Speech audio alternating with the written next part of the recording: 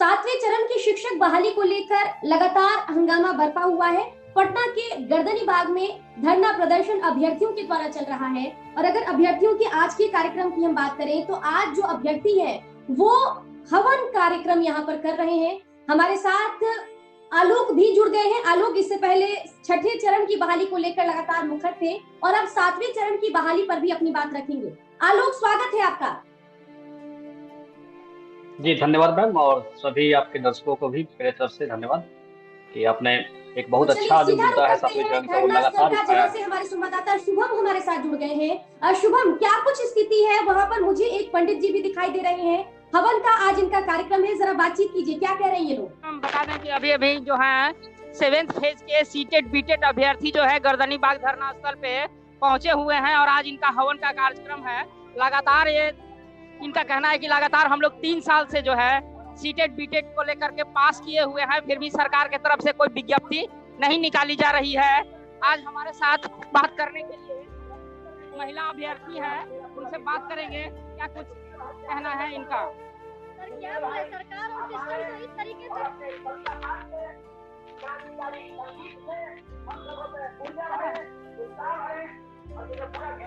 सरकार और सिस्टम तो इस तरीके से करप्ट हो गई है कि इनके लिए कुछ भी बोलना मतलब कम पड़ जाएगा। 3-3.5 साल से हम लोग को पागल बना के रखे हैं कि आज दे रहे हैं, अभी दे रहे हैं, कल दे रहे हैं विज्ञप्ति। मतलब समझ में नहीं आता कि ये लोग शीघ्र और जल्द की परिभाषा को ही बदल दिया है। हम लोग आज हवन कार्यक्रम कर रहे हैं और हम लोग आज सरकार को अल्टीमेटम देते हैं कि बहुत ही जल्द हम लोग रोड पे उतर करके और 22 अगस्त को जो डाक बंगला चौराहे पे प्रदर्शन किए थे उससे भी खतरनाक प्रदर्शन हम लोग करने वाले हैं। और इसके लिए सरकार और सिस्टम रिस्पॉन्सिबल है, क्योंकि हम लोग सत्याग्रह तरीके से यहाँ पर अपनी बात को रख रहे हैं। तो सरकार के द्वारा कोई भी प्रतिनिधि ना तो हमारी खोज खबर लेने आए हैं और ना तो हमें कुछ भी आश्वासन दिए, तो हम लोग रोड पर उतरने के लिए विवश है। और मैं उनको खुला चुनौती देती हूँ कि अगर हम लोग यहाँ पर सत्यवादी तरीके से, गांधीवादी तरीके से अपनी बात को रख रहे हैं तो इसे वो हमारी कमजोरी नहीं समझे, क्योंकि जोश, जज्बा और पागलपन आज भी वही है। बस हमने आंदोलन का तरीका बदला है, तेवर नहीं। और बहुत ही जल्द ये तेवर जो है ये रोड पे उनको नजर आ जाएगा। इसके लिए भी वही लोग विवश किए हैं, क्योंकि वो कहते हैं ना कि आप लोग उग्र प्रदर्शन कर रहे हैं। तो 1 महीना से हम लोग यहाँ पर उनको बता रहे हैं कि हम लोग हैं, तो उनको समझ में नहीं आ रहा है, तो हम लोग क्या करें? हम लोग गांधीवादी से भगत सिंह बनने के लिए विवश किया जा रहा है इनके द्वारा, क्योंकि इनका कोई भी काम जो है वो हमेशा टाइम पे होता है। आप खुद देखे होंगे कि 18 घंटे में इनका एक तरफ रेजिग्नेशन लेटर होता है तो वही दूसरी और ज्वाइनिंग लेटर तैयार होता है। शर्म आनी चाहिए उन्हें ये बोलते हुए कि वो कहते हैं कि हमें थोड़ा टाइम चाहिए। सर, आप सिस्टम चला रहे हैं बिहार का, आपको पूरा का पूरा देखने के लिए आपको 18 घंटे में समझ में आ जाता है। और ऐसा क्या एजुकेशन डिपार्टमेंट में है कि आपको 3-3.5 साल से भी समझ में नहीं आ रहा है? ये आपके मुंह पे तमाचा। आप युवाओं के साथ छलावा बंद करें। और सबसे बड़ी चीज की सर, आप लोग देख रहे होंगे कि कल बीपीएससी वालों का प्रोटेस्ट था, वो लोग रोड पे उतरे हैं तो उनको समझ में आ गया कि ये लोग प्रदर्शन कर रहे हैं, क्योंकि वो उनका मुद्दा को चुनावी एजेंडा नहीं बना सकते हैं, ये क्लियर कट है। लेकिन टीचर की वैकेंसी लाखों में आनी है और उन्हें इस चीज का पूरा लोभ है कि क्यों ना हम इस वैकेंसी के द्वारा किन्हीं को पीएम बनना है और किन्हीं को सीएम बनना है। इसी वजह से ये हमारा मुद्दा जो है ये लटका करके रखे। लेकिन हम अभ्यर्थी भी इस बार उनको चेतावनी दे रहे हैं कि बहुत ही जल्द बिहार प्रदेश के 1,20,000 अभ्यर्थियों को आह्वान किया गया है कि वो रोड पर आकर के और अपनी संख्या को दिखाए। चूंकि हमारी मजबूरी है कि हम लोग बहुत सारे अभ्यर्थी को नहीं बुला सकते, क्योंकि हम लोग बेरोजगार है और हमारे पास फंडिंग की प्रॉब्लम है, इसीलिए रोटेशन वाइज बुला रहे हैं। सरकार को ये बिल्कुल भी नहीं समझना चाहिए कि हमारी संख्या कम है। बिल्कुल आप देख रहे हैं कि यहाँ जो है सैकड़ों की संख्या में जो है अभ्यर्थी आज गर्दनी बाग धरना स्थल पे पहुंचे हैं और हमारे साथ आज हवन कार्यक्रम में शामिल होने के लिए एक पंडित जी भी आए हैं। उनसे जरा सा बात करते हैं, क्या कुछ कहना है इनका इस बारे में। हम लोग आज शिक्षा मंत्री के सद्बुद्धि और यथाशीघ्र तुरंत तत्क्षण अविलंब की परिभाषा को स्पष्ट वेद में देखना चाहते हैं कि आपको 4 साल से तुरंत और तत्क्षण अविलंब एकदम जस्ट उसके बाद ये आपको परिभाषा नहीं मिल रहा है जी। 27-28 दिन से हम लोग यहाँ बैठे हुए हैं, हम लोगों का सूरज लग रहा है उगवे नहीं करता है। और आप लोग आजकल कर करके इस 7वें चरण बहाली को चुनावी एजेंडा बनाना चाह रहे हैं। तो कान खोल करके सुन लीजिए कि हम लोग बहुत जल्द पूरे बिहार में आकर के आप अगर सड़क पर ही देखना चाहते हैं एक शिक्षक के कलम की ताकत, तो हम आपको दिखाते हैं कि ताकत क्या होता है। इसका बहुत जल्द संकलन होगा और पूरे बिहार को हम लोग घेर देंगे। डिप्टी सीएम हो चाहे सीएम हो, केवल वादे करते हुए जुमले वादे, कोई हकीकत पर काम नहीं हो रहा है। बिल्कुल शुभम, बने रहिए हमारे साथ, बाकी लोग भी हमारे साथ जुड़े हैं, फिर आपसे बातचीत करेंगे धरना स्थल पे क्या कुछ आक्रोश वाला माहौल है वो जानेंगे। लेकिन आलोक भी हमारे साथ जुड़ गए। आलोक, तस्वीरों से साफ है कि आक्रोश है और धीरे धीरे ये आक्रोश बढ़ता जा रहा है। जो एक महिला अभ्यर्थी हमारे साथ जुड़ी थी वो सीधा कह रही थी कि भाई हमें गांधी से भगत सिंह बनने पर मजबूर ना करें। तो कहीं ना कहीं जो है इनका भरोसा सरकार और उसके आश्वासन से उठता जा रहा है, क्या कहेंगे? जी बिल्कुल, सरकार के आश्वासन से अभ्यर्थियों का धैर्य जवाब दे चुका है। और आप देख रही हैं पिछले 24-25 दिनों से लगभग आंदोलन चल रहा है। सरकार के कोई बड़े अधिकारी, सरकार के कोई मंत्री, सरकार के कोई विधायक जाके यहाँ तक ये पूछ नहीं रहे हैं कि हाँ आपकी समस्याओं को हम लोग संज्ञान में लेकर तुरंत नियमावली जारी करेंगे। और अच्छा कहा इन्होंने, शीघ्र, अति शीघ्र और जल्दी, ये 3 शब्द जो सरकार की जुमलाबाजी बन चुकी है नई सरकार की। ये अभी जो महागठबंधन की सरकार है वो बीजेपी वाले लोग को बोलते हैं जुमलेबाजी की सरकार है, लेकिन कहीं ना कहीं ये 3 शब्दों की परिभाषा इनको भी साबित कर रही है कि जुमलेबाजी यहाँ भी चल रही है। शीघ्र, अति शीघ्र और जल्दी, ये हर बार जब भी कोई व्यक्ति कहीं जाता है या सरकार के भी कोई भी अधिकारी या कोई भी मंत्री हो या सरकार के जो भी आपको कर्मचारी से भी बात करने पे लोग यही बताते हैं कि बहुत जल्द आप लोग का काम हो रहा है, बहुत जल्द आपकी नियमावली आ रही है, बहुत जल्द आपका 7वां चरण आ रहा है। तो अभ्यर्थियों का धैर्य जवाब दे चुका है। अंतिम दिन आपने जब डिबेट कराया था तो आपने देखा था कि राजद के प्रवक्ता चितरंजन गगन जी भी आए हुए थे और उन्होंने भी यही बात दोहराई थी कि शीघ्र और बहुत जल्द इन लोग का हो जाएगा। जबकि पिछला डिबेट भी जो हुआ था उसमें भी उन्होंने यही बात, 1-2 महीने पहले भी बिहार तक चैनल पे इस तरह के डिबेट हुए हैं, वहां भी उन्होंने यही बात की थी। तो अभ्यर्थियों का धैर्य जवाब दे चुका है। ये शीघ्र, अति शीघ्र, जल्दी की परिभाषा जानने को अभ्यर्थी उत्सुक है कि आखिर इसकी परिभाषा क्या होगी। और कहीं ये भी कोई जुमलेबाजी वाली तो बात नहीं है, शीघ्र, अति शीघ्र और जल्दी, इनका धैर्य जवाब दे चुका है। कल मंगलवार था, कैबिनेट की मीटिंग हुई थी। अभ्यर्थियों को बहुत उम्मीद थी कि इतना दिन से आंदोलन हमारा चल रहा है, सरकार हमारे आंदोलन को सुनेगी, अभ्यर्थियों की आवाज को सुनेगी और कम से कम नियमावली को पब्लिश करेगी ताकि 7वें चरण की बहाली की दिशा में कदम आगे बढ़ाया जा सके। लेकिन अभ्यर्थियों के हाथों में घोर निराशा हाथ लगी जब कल कोई तरह की घोषणा शिक्षा का जो बजट, शिक्षा विभाग का जो मीटिंग, कैबिनेट के मीटिंग में शिक्षा से संबंधित जो मामला था उसमें कोई नियमावली की चर्चा नहीं की गई। इसलिए अभ्यर्थियों में घोर निराशा है और ये निराशा और भी बढ़ गया है कल के कैबिनेट मीटिंग में कोई निर्णय नहीं होने के बाद। और ये आंदोलन अब और तेज होते जाएगा दिन ब दिन, क्योंकि अभ्यर्थियों में आक्रोश जो है वो बढ़ते जा रहा है। सरकार शीघ्र, अति शीघ्र और जल्दी की परिभाषा तय करे और जल्द से जल्द नियमावली जारी करे।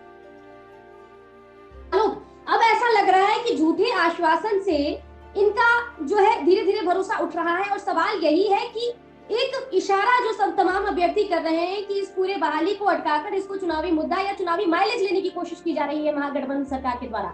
सबको पता है 2022 के आखिरी पड़ाव पर, इसके बाद 23 और फिर 24 का लोकसभा चुनाव है। तो इनको लगता है कि बड़ी संख्या में, क्योंकि अभ्यर्थी जो है नौकरी के इंतजार में है, अगर चुनाव से ठीक पहले नौकरी का ऐलान कर दिया जाएगा तो माइलेज मिल जाएगा लोकसभा चुनाव में। क्या आपको भी ऐसी शंका है? देखिए, शंकाएं तो ऐसे बन रही है क्योंकि जल्द और शीघ्र, अति शीघ्र, ये सब 3 महीने से शिक्षा मंत्री जी बोलते आ रहे हैं, शिक्षा विभाग के अधिकारी बोलते आ रहे हैं। जैसा मैंने लास्ट डिबेट में भी ये बात कहा था कि अभ्यर्थियों ने जब जुलाई में लगातार आंदोलन किया 25 दिनों तक, तो एक शेड्यूल जारी किया गया था, प्री शेड्यूल, अपर मुख्य सचिव शिक्षा विभाग के द्वारा, कि आप लोग का अगस्त में प्रक्रिया शुरू हो जाएगा। अगस्त के लास्ट से सितंबर से सब पूरा जो उसका नियोजन की तारीख वगैरह सब बताई गई थी, आवेदन की तारीख कब से अप्लाई होगा, ये सारी चीजें तय की गई थी, बताई गई थी। एक प्री शेड्यूल देके अभ्यर्थियों से आग्रह किया गया था अपर मुख्य सचिव के द्वारा कि आप अपना आंदोलन समाप्त कर दे और हम आपका शेड्यूल तय कर दे रहे हैं कब से कब आपका होगा। लेकिन अभी तक प्री शेड्यूल भी फॉलो नहीं हुआ।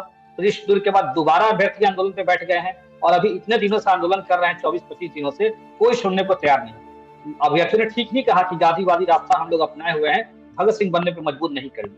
ये शांतिपूर्ण आंदोलन कर रहे हैं 24-25 दिन से, कोई सुनने वाला नहीं है। लेकिन यही इनकम टैक्स चौराहा वगैरह एक बार जब जाम कर दिए तो अभ्यर्थियों पर लाठीचार्ज हुआ था, जदयू कार्यालय में गए थे वहां लाठीचार्ज हुआ था।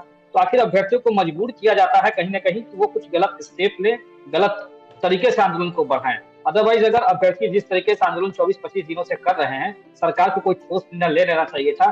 क्या 24-25 दिन जल्द की परिभाषा में नहीं आता है? अगर ये यहाँ पे सरकार के कोई या फिर पार्टी के कोई प्रवक्ता रहते तो इसका जवाब वो जरूर देते, कि क्या शीघ्र अतिशीघ्र में 25 दिनों का आंदोलन उसमें शामिल है कि नहीं, क्या 25 दिन को शीघ्र अतिशीघ्र माना जाए कि नहीं माना जाए, या अभी सरकार अभी और शीघ्र अतिशीघ्र के नाम पे इसको 2023-24 ले जाने के चक्कर में लगी हुई है। जहां तक मुझे लगता है कि अगर सरकार ये सोच रही है कि हम 2024 में इसका पॉलिटिकल माइलेज लेने के लिए इस बहाली को फंसा के रखें, तो कहीं ना कहीं मुझे लगता है कि सरकार भी अपने पास से गलती कर रही है पॉलिटिकल रूप से भी। क्योंकि अगर बहाली जब भी निकलती है तो कम से कम 3 महीना 4 महीना का मिनिमम समय लगता है सारा प्रोसेस कंप्लीट होने में, डॉक्यूमेंट वेरिफिकेशन करना होता है, अप्लाई करने का दिन होता है, बहुत सारी चीजें प्रोसेस में आते हैं, तो उसमें टाइम लगता है। लेकिन गवर्नमेंट अगर ये सोच रही है कि सडनली हम 24 में ही निकालेंगे या 23 के लास्ट में निकालेंगे और फायदा उठा लेंगे 24 में इस वैकेंसी का, तो ऐसा नहीं है। अभ्यर्थी अब इतने बेवकूफ नहीं है। अभ्यर्थी इतने दिनों से जो बैठ के आंदोलन कर रहे हैं। बिल्कुल बिल्कुल, सवाल यही है। हमारे साथ आलोक जुड़े हुए थे लगातार, और एक सवाल जो लोग यहाँ पर आलोक उठा रहे हैं, जो अभ्यर्थी है वो उठा रहे हैं कि भाई 26 दिन से लगातार आंदोलन कर रहे लोग, इनकी बात तो नहीं सुनी जाती, लेकिन बीपीएससी वालों की बात तुरंत सुन ली जाती है। उस बारे में कैबिनेट जो अपनी बात रख देता है, लेकिन क्योंकि इनकी संख्या ज्यादा है तो लगता है कि भाई इस बात को अटका कर रखने में ही हमारा पॉलिटिकल फायदा है। इस पर क्या कहेंगे? हाँ, पॉलिटिकल माइलेज की तो बात है ही, क्योंकि शिक्षकों की भर्ती जब भी आएगी तो बड़े पैमाने पे आती है। अभी आपने देखा होगा छठे चरण में भी जो भर्तियां हुई 90,000 सीटें आई थी, लेकिन केवल 42,000 लोगों की भर्ती हो पाई। सरकार की जो नीतिगत खामियां थी बहाली प्रक्रिया में, उसकी वजह से। तो कहीं ना कहीं ये पॉलिटिकल माइलेज लेने की तो कोशिश होती है। शिक्षक बहाली हमेशा से एक राजनीतिक मुद्दा रहा है और राजनीतिक दल उसको चुनाव में भुनाने की कोशिश करते हैं। बीजेपी की भी जो सरकार पिछली बार जो बनी हुई थी नीतीश कुमार जी के साथ में, वहां भी एक चीज बीजेपी ने अपने घोषणा पत्र में 2020 के चुनाव में दिया था कि 3 लाख शिक्षकों की वैकेंसी जो है हम लोग 1 साल के अंदर पूरा करेंगे, 3 लाख शिक्षकों की भर्ती देंगे। लेकिन 3 लाख शिक्षकों की भर्ती नहीं आई, मुश्किल 42 से 50,000 तक मैक्सिमम आप मान सकते हैं छठे चरण में नियुक्ति हुई है। तो कहीं ना कहीं हर पॉलिटिकल पार्टी जो है शिक्षक बहाली को एक राजनीतिक एजेंडा बनाने के तौर पे देखती है और इसका राजनीतिक फायदा लेने की कोशिश जरूर करती है। तो कहीं ना कहीं राजनीतिक दलों का एक मुद्दा है शिक्षक बहाली, क्योंकि बड़े पैमाने पर भर्ती आती है। तो ये चीज हो सकता है कि पॉलिटिकल माइलेज देने के पर्पस इसको रोका जा रहा है। बिल्कुल आलोक, इसके अलावा सवाल पूरे मामले पर यह भी है कि नीतीश कुमार तो चलिए अपने पॉलिटिकल करियर के आखिरी पड़ाव पर हैं, लेकिन तेजस्वी से बड़ी उम्मीदें शिक्षक अभ्यर्थियों को भी थी, बिहार को भी थी। और हम देख रहे हैं कि जिस तरीके से आदित्य ठाकरे उनसे मिलने पटना पहुंचे, तो देश की सियासत में भी तेजस्वी एक बड़ा चेहरा बनते नजर आ रहे हैं मोदी विरोध के। लेकिन जैसे जैसे ये बहाली अटक रही है, उससे तेजस्वी की कार्यशैली पर या उनकी छवि पर भी असर पड़ेगा, आपको लगता है क्या? जी बिल्कुल, देखिए जब महागठबंधन सरकार जब बनाई तो सब लोग का एक्सपेक्टेशन था कि तेजस्वी जी ने जो चुनावी वायदे किए थे कि 10 लाख हम रोजगार देंगे, वो रोजगार वो देंगे। पहले कैबिनेट से उन्होंने वादा किया था कि पहले कैबिनेट में 10 लाख देंगे। चलिए पहले कैबिनेट में नहीं हुआ, लेकिन लोगों ने सोचा चलिए 2-3 महीने में तो कम से कम आएगा। लेकिन अभी तक आप देखिए तो रोजगार के नाम पे क्या हो रहा है, ये सबके सामने है। मुझे नहीं लगता है कि अभी तक तेजस्वी जी की सरकार बनने के बाद जो है, जो आप ऐसे प्रवक्ता महोदय के कहते हैं कि हम लोग 40-50 साल लोगों की ज्वाइनिंग हम दे दिए हैं, लेकिन ये 40-50 साल की जो ज्वाइनिंग हुई है वो कहीं ना कहीं पुरानी एडवर्टाइजमेंट थी, उसके द्वारा ज्वाइनिंग हो रही है। अभी आपने कितना नया दिया है, नया विज्ञापन दिया है, उसकी चर्चा की जाए अगर, तो मुझे लगता है कि ऐसा कोई बड़ा संख्या आपको देखने को मिलेगा। तो कहीं ना कहीं अगर अब जो युवाओं ने विश्वास करके 2020 में वोट करा था, हम जैसे युवाओं ने वोट करा था कि सरकार जब बनेगी तो बक के मान से वैकेंसी आएगी, और हमारे जैसे कई युवाओं ने वोट करा था कि आरजेडी की सरकार जब बनेगी तो बहुत सारी वैकेंसी जाएंगी, क्योंकि शिक्षा, रोजगार, स्वास्थ्य, ये सारे मुद्दा को लेकर तेजस्वी जी 2020 के चुनावी मैदान में उतरे थे, जिसका हम लोगों ने समर्थन किया था। और पहली बार लगा था कि कोई एक युवा है जो युवाओं की समस्याओं को समझ रहा है और उन्हीं मुद्दे को लेकर चुनाव में आ रहा है, तो सारे युवाओं ने वोट करा था। लेकिन पिछले 3 महीने की जो गतिविधियां हैं उसको देखकर कहीं ना कहीं हम लोगों में निराशा है, और हमारे जैसे तमाम युवा जो अभी गर्दनीबाग में बैठे हुए हैं उनको भी निराशा हाथ लगी है। यही छठे चरण में जब हम लोग आंदोलन करते थे, तेजस्वी जी भी आते थे, वो लोग आते थे, लेकिन कोई तरह का ठोस आश्वासन जो है देखने को नहीं मिल रहा है। तो कहीं ना कहीं अभ्यर्थियों में ये निराशा है कि जो सरकार से एक्सपेक्टेशन उनका था, तेजस्वी जी से एक्सपेक्टेशन था, और तेजस्वी जी के पास भी एक अच्छा मौका है कि वो युवाओं से जो वादा किए हैं अगर उसका 50% भी वो पूरा कर दे। 10 लाख सरकारी नौकरी का वादा उन्होंने किया था, अगर वो 5 लाख भी दे दे तो मुझे नहीं लगता है कि 2024 के चुनाव में उनको बिहार में अच्छी खासी सीटें लाने से कोई रोक पाएगा। और मोदी जी का जो रथ है उसको रोकने की कुव्वत जरूर तेजस्वी यादव जी में है, लेकिन जो वायदे हैं वो वायदे अगर जुमलेबाजी हो गए तब तो बहुत मुश्किल होगा। लेकिन अगर वायदे अगर 50% भी पूरे हो गए तो मुझे लगता है काफी फायदा होगा राजद को भी, इस सरकार और इस सरकार को भी काफी फायदा होगा। ऐसे हमारी उम्मीदें हैं कि ऐसा कुछ हो, लेकिन अभी फिलहाल 2-3 महीनों में निराशा ही हाथ लगी। बिल्कुल, धरना स्थल से हमारे संवाददाता शुभम भी लगातार हमारे साथ बने हुए हैं। पटना से तस्वीर भी हमको दिखा रहे हैं। शुभम, जरा नाराज अभ्यर्थियों से बातचीत कीजिए, क्या कुछ कहना है? मांग कमेंट में मैं देख रही हूँ कि वो कह रहे हैं कि डिबेट करवाने आरजेडी सीनियर नेताओं के साथ, वो भी हम कल करवाएंगे, लेकिन आज जरा इनकी बात आम लोगों तक पहुँचनी चाहिए। जो सरकार है, कान में हेडफोन लगाकर बैठी, उनकी आवाज नहीं पहुँच रही, उन तक भी बात पहुँचनी चाहिए। जरा इनसे बातचीत कीजिए। जी, मैं बता दूं कि लगातार 3 वर्षों से ये लोग सरकार से लगातार मांग कर रहे हैं कि हम लोगों को किसी तरह जो है नियोजन किया जाए। हम लोग पास करके बैठे हुए हैं, क्या कुछ कहना है? आज 26 दिन से इस गर्दनी बाग में हम लोग बैठे हैं, पर इससे पहले हम लोग मैं आज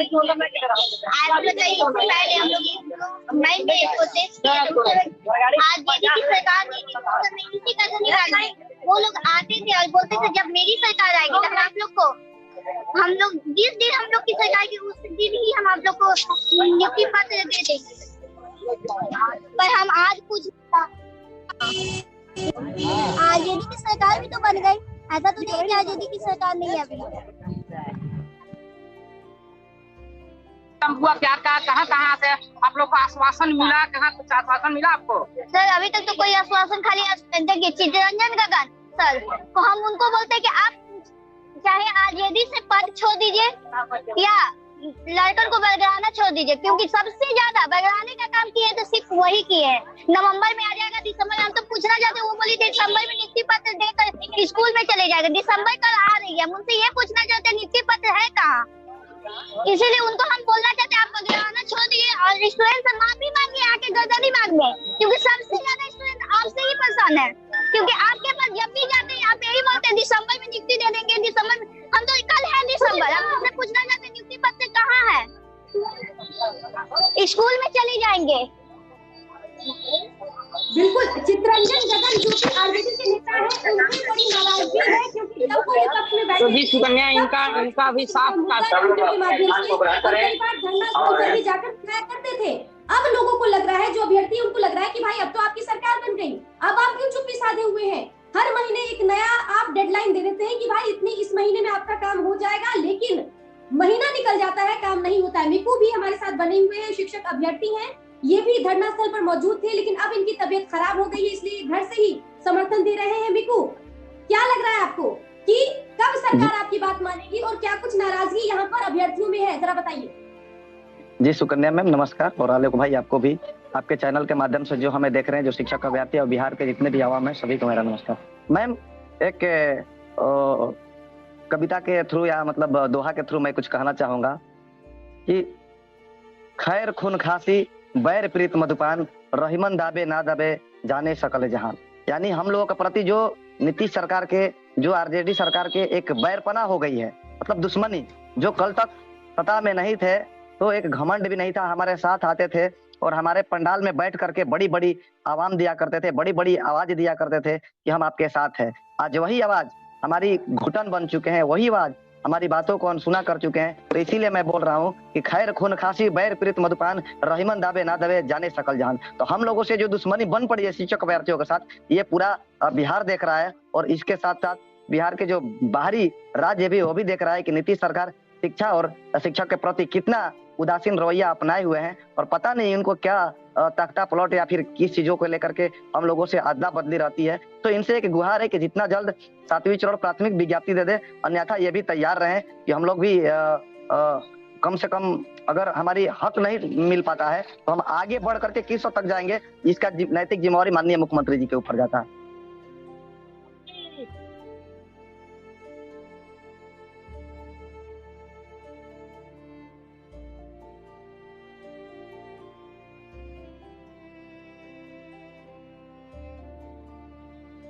आवाज नहीं आ रही है आपकी।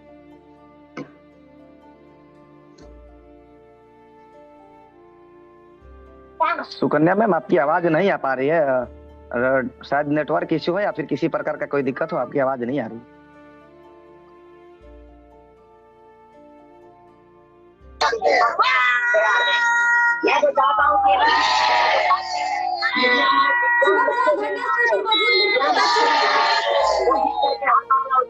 प्रदर्शन करेंगे, सरकार को आगाज करेंगे, अपने ढंग से दिव्यांगों के लिए काम करते हैं।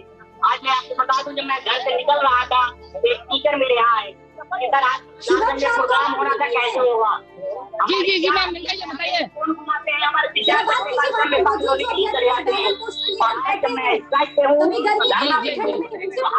स्थिति मजबूरी है, इसको हमारी क्या अहमियत है, हम क्या है, हम कौन है। लगातार आप लोग प्रदर्शन कर रहे हैं सरकार के खिलाफ, सरकार की तरफ से दर्शाने के काम करें। और मैं सरकार को आगाज करना चाहता हूँ, एक बार हमारे गर्दनी बाग धरना स्थल पे कितने दिनों से लगातार मांग कर रहे हैं?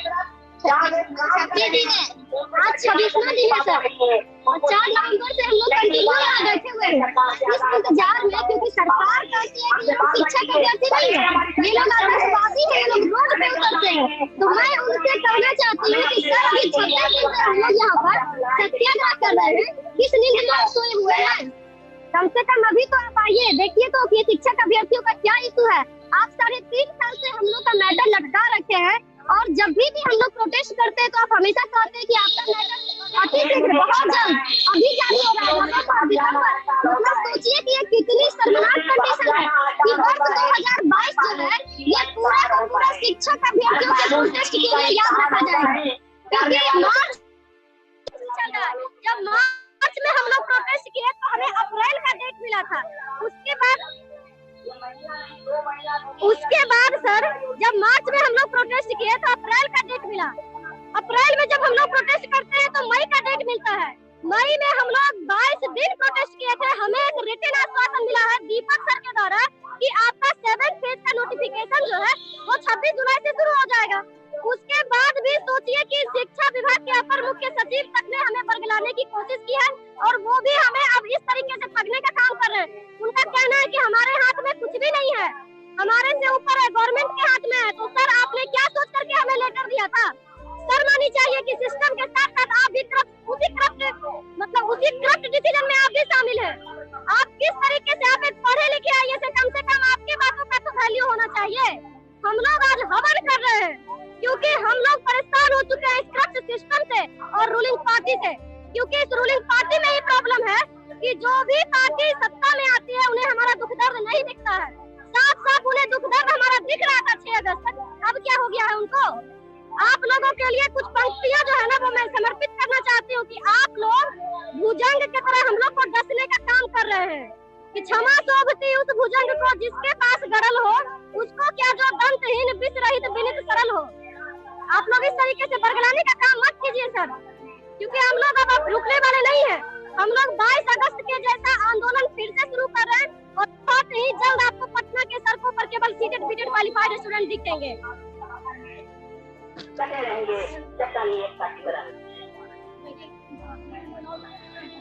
बता दें कि आक्रोश यहाँ पर शिक्षक अभ्यर्थियों का साफ नजर आ रहा है। आलोक हमारे साथ लगातार बने हुए हैं। आलोक, क्या लग रहा है? जी दिन जब खड़े चरण वाले अपनी आवाज को बुलंद कर रहे थे, वो दौर फिर से आपको रिकॉल जरूर हो गया होगा इन तस्वीरों से, इन आवाजों से। जी, वो रिकॉल तो हो रहा है, लेकिन इसमें एक अफसोस जरूर दिख रहा है कि पुराने जब छठे चरण के अभ्यर्थी आंदोलन करते थे तो विपक्ष में रहने वाले बड़े बड़े चेहरे जो थे, चंदन गगन जी, तेजस्वी यादव जी, तेज प्रताप यादव जी, वो सभी लोग आते थे, लेकिन वो सभी अभी नदारत दिख रहे हैं। अभी के फ्रेम में वो दिखाई नहीं पड़ रहे हैं। तो अभ्यर्थियों को कहीं ना कहीं ऐसा महसूस हो रहा है कि जो लोग पहले खुद आंदोलन में आया करते थे, आज वो जब सत्ता में खुद आ गए हैं तो तमाम तरह की प्रॉब्लम बता के ऐसा है कि सब सरकार में आए हुए बहुत कम दिन हुआ है, सिस्टम को भी समझने में समय लगेगा, तमाम तरह की बहानेबाजी कर रहे हैं और बहानेबाजी करके बहाली को लटकाए हुए हैं। अभ्यर्थियों का दर्द है, आखिर कितना बार अभ्यर्थी विश्वास करे विभाग पे। अभी आपने सुना एक महिला अभ्यर्थी का दर्द कि शिक्षा विभाग के अपर मुख्य सचिव के द्वारा ये रिटर्न स्टेटमेंट जारी किया गया था।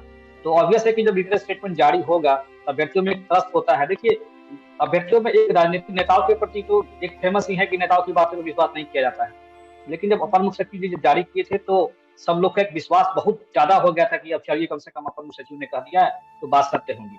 लेकिन अब उनका भी बस कोई चल नहीं पा रहा है, क्योंकि राजनीतिक दल के अनुसार ही सरकारें चलती हैं और सरकार में जो रहेंगे उनके अनुसार ही उनको एक्ट करना है। जो उनको डायरेक्शन मिलेगा शिक्षा मंत्री के द्वारा, मुख्यमंत्री के द्वारा, उसी को फॉलो करना है। अब ये बता नहीं सकते हैं, पहले सरकार जो थी वो जदयू भाजपा की थी, तो हो सकता है कि उस समय डायरेक्शन ये मिला हो, लेकिन उसी के दौरान जब सरकार उसकी थी, उसी के दौरान सरकार तो आपको अगस्त में चेंज हुई है, लेकिन जुलाई में भी तो विज्ञापन नहीं निकला। तो देखा जाए तो तीनों पार्टियां कटघरे में खड़ी हैं, चाहे बीजेपी हो, चाहे जदयू हो, चाहे आरजेडी। कहीं ना कहीं अभ्यर्थियों को किसी पे विश्वास नहीं हो पा रहा है। मिकू भी लगातार हमारे साथ बने हुए। मिकू, ये जरा बताइए कि जब इससे पहले छठे चरण की बहाली को लेकर आंदोलन होता था, आप लोग भी अपनी तरफ से प्रयासरत थे कि छठे और सातवें चरण को मिलाकर ही बहाली कर दिया जाए। तब से उस वक्त जो विपक्ष का स्पेस है वो आरजेडी पूरी तरीके से भुनाने की कोशिश करती थी, लेकिन अगर इस बार देखा जाए तो विपक्ष से आपको कितना सपोर्ट मिल रहा है? अगर संजय जायसवाल के उस बयान को छोड़ दे तो, जो उन्होंने कहा कि भाई बहाली होनी चाहिए, उसके बाद कोई बड़ा नेता ना आपके आंदोलन उसमें जाता है, ना कोई ट्वीट होता है बीजेपी के बड़े प्रदेश के नेताओं के द्वारा, क्या कहेंगे? जैसा कि हमारे बड़े भाई आलोक जी ने बताया कि सभी एक ही छिपा के चट्टू बट्टू हैं। सभी राजनीतिक अगर देखा जाए तो तीनों लोगों का, चाहे वो जेडीयू हो, भाजपा हो, आरजेडी हो, केवल मौखिक आश्वासन और मिला है अभी तक। मिकू, आपके नेटवर्क में थोड़ी दिक्कत आ रही है। माननीय मुख्यमंत्री जी बोलिए। बुला लेते हैं क्या, ये हम बात विचार करेंगे। और शिक्षक अभ्यर्थी लागत, चलिए तकनीकी दिक्कत को संज्ञान में डालेंगे क्या ये दिखाई और सुनाई नहीं देती है? क्योंकि इसमें लाखों अभ्यर्थी का भविष्य जुड़ा हुआ है। आप बीपीएससी को लेकर के अगर 500-400 की संख्या में कोई रोड पर उतर जाता है, उसको एक नहीं 2 बार बुलाते हैं, बैठक कराते हैं हमारे। तो चलिए मिकू, आपके साथ कुछ तकनीकी दिक्कत आ रही है, नेटवर्क इशू है। शुभम निराला हमारे संवाददाता पटना के गर्दनी बाग से लगातार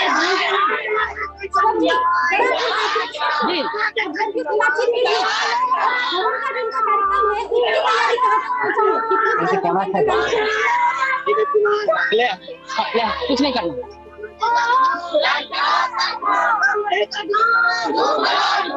सीटेड बीटेड अभ्यर्थी जो है लगातार 3 साल से अपनी मांगों को लेकर प्रदर्शन कर रहे हैं। सरकार के द्वारा जो है लगातार उन्हें आश्वासन पे आश्वासन दिया जा रहा है।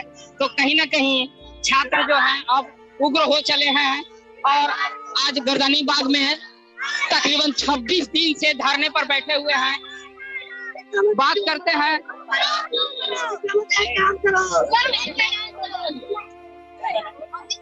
शिक्षा मंत्री, शिक्षा दो या विज्ञप्ति दो, शिक्षा मंत्री शिक्षा दो, शिक्षा दो या विज्ञप्ति दो, शिक्षक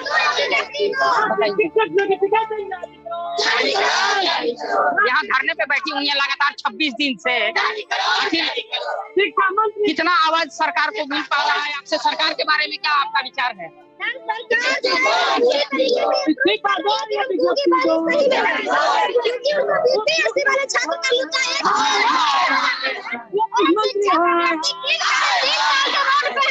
उनका समझ में नहीं आता है, उनके मन में ये लालच है कि हम क्यों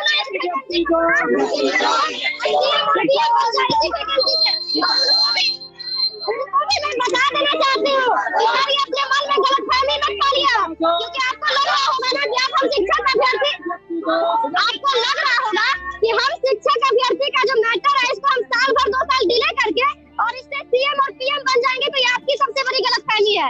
क्योंकि आप जले पे नमक छिड़कने का काम बंद कीजिए, ठीक है ना? अब 3-4 साल से हम लोग का मैटर लटका के रखे हैं और शर्म आनी चाहिए आपको अभी भी बोलते हुए कि अब 4 साल से आप हम लोग को लटका रहे और कहते क्या है कि हम तो अभी सरकार में आए हैं, हमें कुछ समय दीजिए। सर 4-5 मंथ तो नया सरकार को टाइम मिल चुका है। 22 साल से आप मुखिया बने हुए हैं बिहार में, अब आपको कितना टाइम चाहिए? क्योंकि आप तो विकास पुरुष से पलटू राम का उपाधि आपको मिल चुका है। अब आप क्या चाहते हैं? कितना हद तक आप गिरिएगा? सर मानी चाहिए। आप किस युवाओं की बात करते हैं? देखिए कि ये युवा जो है ये तो रोड पे है। आप बहुत आसानी से बीपीएससी हो चाहे जो भी वैसी वैकेंसी हो, जिसमें 200-400 वैकेंसी आता है उनका मुद्दा आपको समझ में आ जाता है, और जिसमें लाखों वैकेंसी आने वाली है उसको जान करके आप लटका के रखे हैं। ये हम लोग को नहीं पता है क्या? हम लोग भी जानते हैं। तो हम युवा भी आपको बता के रख देंगे कि हम युवा जो है, अगर हम आपको सिंहासन पे बिठाना जानते हैं तो गद्दी से उतारने का भी दमखम रखते हैं, ठीक है? और ये आपको 2024 और 25 में आपको दिखेगा।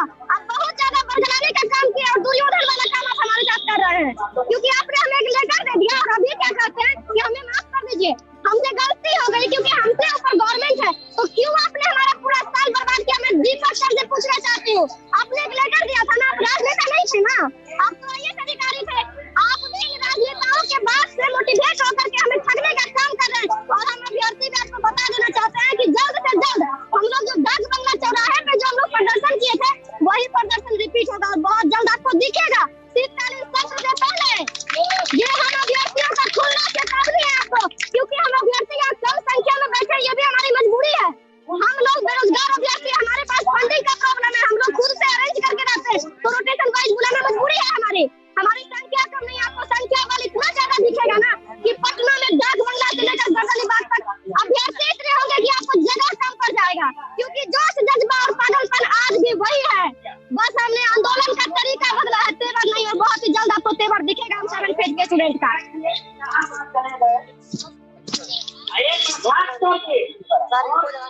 तो जी बिल्कुल शुभम बने रहिए हमारे साथ। बात करिए कहीं ना कहीं सरकार के तरफ, सरकार को के जो है सरकार के लिए इन लोगों का कहीं ना कहीं आक्रोश दिख रहा है। लगातार ये लोग 26 दिन से जो है 7वें चरण के लिए लगातार मांग कर रहे हैं। और भी धरना स्थल पर कुछ महिलाएं आई हैं, उनसे बात करते हैं। कहाँ से आई हैं आप? रोहतास जिला से आए हैं। रोहतास जिला धरना स्थल में क्या कुछ कहना चाह रही हैं? क्या कुछ डिमांड है? चाहते कि सर हम 3 साल से यहाँ पे संघर्ष कर रहे हैं। जब रोड पे उतरते हम लोग को गुंडा मवाली बनाया जाता है। यहाँ 26 दिन से हम शांतिपूर्ण प्रदर्शन कर रहे हैं। उनको एक बार मंत्री को आकर मिलना चाहिए ना हम लोग को। तेजस्वी जी लिफ्ट पकड़ के उप सीएम बने हैं, सीढ़ी चढ़ के नहीं बने हैं, क्योंकि वो पलट कर बने हैं ना, वो पलट कर बने हैं ना। तो लिफ्ट का कोई गारंटी नहीं कि कब कहाँ खराब है, लेकिन हम लोग सीढ़ी बाई सीढ़ी स्टेप बाई स्टेप चढ़े हैं। बीएड का इंटरेस्ट निकाले हैं, बीएड की टिकट निकाला, तब आज यहाँ पे यहाँ कर बैठे हैं। तो उस लिफ्ट को खराब होने में कोई टाइम नहीं लगेगा, बहुत जल्दी वो लिफ्ट खराब होगा, क्योंकि वो पलटू की सरकार है। अगर ये नोटिफिकेशन नहीं देते हैं तो आज हम लोग का हवन कार्यक्रम है। इसके बाद हम लोग शपथ ग्रहण अब करेंगे। मेरे घर में टोटल 18 मेंबर है, एक मेरे नौकरी मिलने से 18 मेंबर पर वोट देते सर। अगर बहुत सारे ऐसे घर के परिवार है जिनके घर में बहुत सारे लोग होंगे, अगर नहीं निकालते नोटिफिकेशन तो हम लोग शपथ लेंगे कि एक हम नहीं, पूरा मेरा परिवार, पूरा गांव, पूरा रिलेशन, अब उनको हम लोग वोट नहीं देंगे। अगर सोच रहे कि 24 साल लेकर जाएंगे तो ये हम लोग नहीं होने देंगे। 3 साल से हम लोग मेहनत कर रहे हैं, मेहनत हम लोग बेकार नहीं होने देंगे। सोच रहे हैं कि सबको खुश, तो सबको खुश नहीं रख सकते हैं। वो 3 साल सब क्यों नहीं उनके लिए बहाली निकाला? हम लोग वेटिंग करें, किसी का डेट एक्सपायर हो रहा है सर, वो कैसे ये लोग जॉब करेगा? उनको आकर यहाँ पे वेट नहीं करना चाहिए था। आज बेटी वोट पे तो हम लोग का इज्जत नहीं नीतीश जी को देख रहा है कि बेटी घर में रहने में बेटी कहाँ आ गई। एक टाइम पढ़े थे कि बेटी तरक्की कर रही है, तो सही में हम लोग तरक्की कर रहे हैं। आज हम लोग को वोट पे होना चाहिए था, आज हम रोड पे आकर बैठ गए। तरक्की तो कर ही रहे हैं, भेजेंगे तब ना हम लोग को क्वालिफिकेशन देखेंगे कि हम लोग के अंदर कितना जज्बा है, क्या हम लोग कर सकते हैं। रोड पे हम लोग किसको दिखा डिग्री अपना? रोड के आदमी को दिखा, स्कूल में जाकर हम लोग अपना डिग्री दिखाते कि कितना मेहनत से। हम लोग कोई बड़े मंत्री के बेटा बेटी नहीं है, एक छोटे मोटे किसानी के घर से आए। कैसे कैसे पापा हम लोग के लिए 1-1.5 लाख रुपया ला कर दिए हैं, तब जाके हम लोग सीटेट निकाले, बीएड निकाले। एक बात बताइए, आज सीएम नीतीश जी से जैसे जी हम पूछते हैं कि आप 18 घंटे में अपना सत्ता हासिल कर लिए, आपको अगर 3 साल तक तेजस्वी मंत्री का अगर पद नहीं मिलता, आप जीत भी जाते, तो आपको कैसा लगता? आज हम लोग यहाँ पे 3 साल से वेट कर रहे हैं। बताइए कि सब हारता हम लोग पूरी कर लिए हैं। मात्र हम लोग को टीचर बनना, आप नियमावली का ढांचा दे रहे हैं। आप ये बताइए कि आईएएस ऑफिसर दीपक सर है, उनसे नियमावली नहीं बने तो हम गारंटी देते हैं सर कि गर्दनीबाग में आ जाइए, हम लोग के ही मेंबर से करवा लीजिए, हम लोग करके आपको दे देंगे कि नियमावली कैसे बनता है। हम लोग सब पढ़े लिखे हैं, कोई घूस देकर अभी पास नहीं हुआ, तो नियमावली का ढांचा यहाँ मत दीजिए। आप नहीं एक से बढ़ के हम यहाँ पे बैठे हुए पड़े हुए हैं, नियमावली के ढांचा ही हम लोग को दे रहे हैं। धन्यवाद सर।